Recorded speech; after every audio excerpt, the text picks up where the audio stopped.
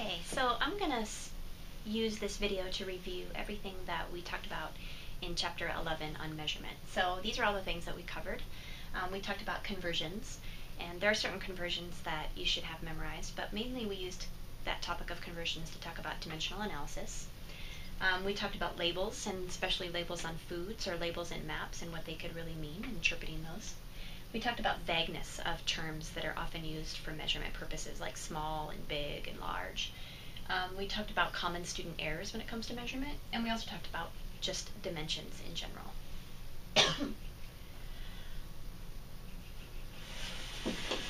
Okay, so let's get started. I'm going to start by talking about common student errors when it comes to measurement. Excuse me. So first of all, measuring with the ruler is sometimes a really difficult task for students because they're not sure where to line up the ruler. They're not sure where to line up the ruler with the 0 or the 1. A lot of times what kids do is they'll take the ruler and they'll line up the object that they're measuring with the 1 because they don't interpret this distance from 0 to 1 as an actual unit.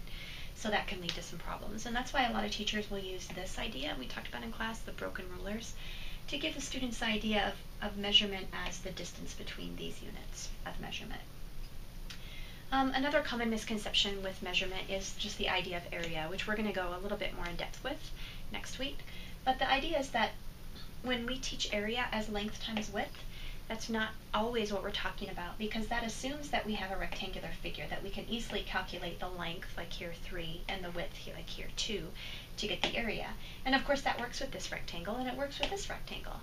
But it's not going to work with this shape right here. So if we're finding the area of a shape, we have to be careful that we really define area as the number of square units that we have. So in this case, if these are all square inches, then we have 6 copies of a square inch. So here we have 6 copies of a square inch, and that's why that has an area of 6 square inches. Same thing here, and the same thing here. This also works for irregular figures like this. We can imagine that that is a pond, something with an irregular shape. We can still measure the area. Of course, we have to take partial units and combine them with other partial units, but you can see that that same idea applies. So let's be really careful and not define area as just length times width. And then lastly, I just want to talk about dimensions because that can really confuse students as well. A lot of times we talk about units, and there we're just talking about our linear dimensions like length and our width or our height. Area, we're talking about square units, or the number of square units that will fill a shape. And then volume, we're talking about cubic units, so how many cubes of a certain unit size will fill up the figure. Okay, so now let's talk a little bit about, we can get this moved, here we go. Let's talk a little bit about confusion with labels. So a lot of times you'll see on a package or something will be labeled with a weight, like 2 grams.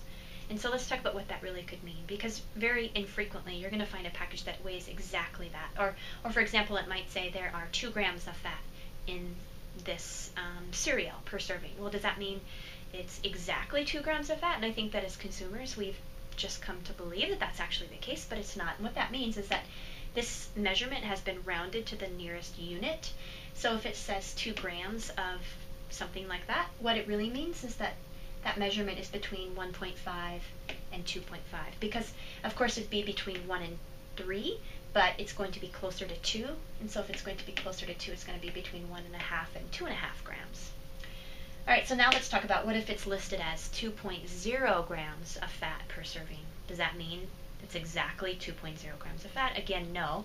This difference, though, is that this time we know, by the way that it's notated, that our grams are being rounded to the nearest tenth versus the nearest unit.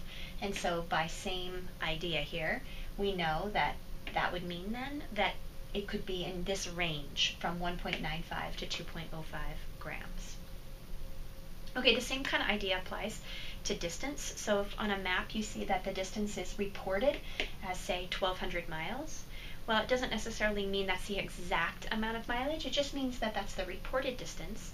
So we would know that the actual range of the distance could be anywhere between 1,100 and 1,300 miles. And I know that's the case because if it's rounded to the nearest 100 here, then it could be anywhere between the previous 100 and the next 100. miles. Okay, and then let's just talk really quickly about the vagueness of terms in measurement. Big, large, small, tiny. If we define the aspect that we're looking at, we can then make an argument for any of these two figures here to be defined that way. So for example, if we want to know which of these two is big or the biggest, well, we have to define what aspect we're looking at. So if we're looking at the aspect of height, then this gets the biggest category label because it has a height of 8 versus a height of 4. But if we are looking at the aspect of, say, a two-dimensional area of the top face, this top face has an area of 4 square units, and this top face has an area of 10 square units. And so that makes this the biggest if that's the aspect that we're talking about. So it's just important to remember that those vague terms don't have a place really in mathematics unless they're defined by specific aspect that we're looking for. Okay, so let's go to the next topic, which is going to be our last topic for this video, and that is conversions. So just remember that we are really working with two systems of measurement. Of course, we're working with the customary system. Oftentimes we call that the English or the standard system of measurement. And then, of course, the metric, which is the universal worldwide system, but it's also the system that we use in the United States, especially in terms of all of our sciences. So there's just some conversions that you should have memorized, and this is certainly not an exhaustive list, but those are some important ones. Sorry, my video just fell. So bear with me here as I realign this. There we go. Okay, so lastly, I would just say that this is also an important conversion. The 1 inch is equal to 2.54 centimeters. So we use this to talk about dimensional analysis, but remember that conversions are important for various levels of education, and we don't always want to use dimensional analysis. That's not always appropriate for the level of student that we're teaching. So in this case, if we want to convert 4 yards to feet, well, the first thing we need to think about is what is our conversion factor. And of course, our conversion factor is how many feet are in a yard. It's over here, and I also wrote it here. So first I'm going to draw a picture of what that might look like, and you can see I drew 4 yards. And then what I did is I separated each of my yards into thirds. So I'm showing that there are 3 feet in each yard. So what I have here is I have 4 groups of 3 feet. So if I just multiply 4 times 3, I get 12 for my answer. I can also show this using dimensional analysis. I always start over 1 with what I start with. So in this case, it's 4 yards over 1. And then I'm going to try to cancel my units this direction. So if I have yards on the top here, the numerator, then I'm going to put yards here at the denominator. And that's where my conversion factor goes here. 1 yard is equal to 3 feet. Then I cancel my units, my yards, and I'm left with 4 times 3 feet, and I am left with 12 feet. Okay, sorry for the video falling over, but thanks for listening, and I hope that helps to sort of summarize everything for the chapter and get you ready for the unit, or the chapter exam tomorrow. Thanks.